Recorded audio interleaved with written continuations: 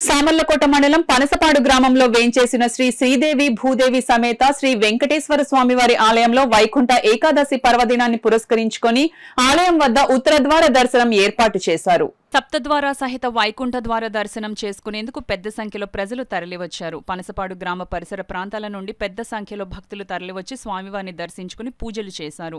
వైకుంఠ ఏకాదశి సందర్భంగా ఆలయంలో పాలసముద్రంలో శేషపానుపుపై కొలువైయున్న మహావిష్ణువు లక్ష్మీదేవిల విగ్రహాలను శంఖచక్రం తిరునామాలను అందంగా అలంకరించారు.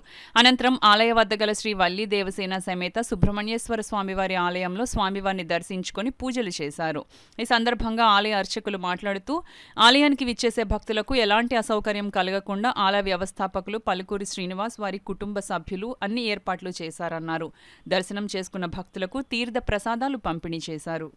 మన పనసపాడు గ్రామంలో వేయించేసినటువంటి శ్రీ వల్లి దేవసేన సమేత శ్రీ సుబ్రహ్మణ్య స్వామి దేవాలయంలో ప్రాంగణంలో వేయించేసినటువంటి శ్రీ భూజ మీద శ్రీ వెంకటేశ్వర స్వామి యొక్క ఆలయంలో ఆలయం ప్రవేశం గావించి ఒక సంవత్సరం అవుతున్న సందర్భంగా మరియు మరి ముక్కోడయాగ సందర్భంగా వైకుంఠ ఏకాదశి సందర్భంగా స్వామివారికి సప్త ప్రాకారాలతో వైకుంఠ ద్వాదశనం ఏర్పాటు చేయడం జరిగింది.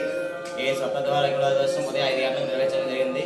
ఉదయం 5 గంటలకి భక్తులు భారీ సంఖ్యలో స్వామి దర్శనానికి పాల్గొంటారు. అలాగే ఆలయ ధర్మకర్త పలువురు శ్రీనివాస గారు స్వామివారి భక్తులు ఎటువంటి ఆటంకాలు లేకుండా భక్తులు దర్శనంకి ఏర్పాటు చేయడం జరిగింది. అట్లానే స్వామివారికి ఈరోజు ఉదయం సాయంకాలార్చన ప్రాతకాలార్చన స్వామివారికి ఆరాధన స్వామివారి వైకుంఠ దర్శనం స్వామివారి యొక్క భక్తులకి దర్శనాలు అలాగే మధ్యాహ్నం స్వామివారి 3:30కి పేరు మీద వస్తాము. సాయంత్రం 7 గంటలకి ఆరాధన 8 గంటలకి ఏకాంశ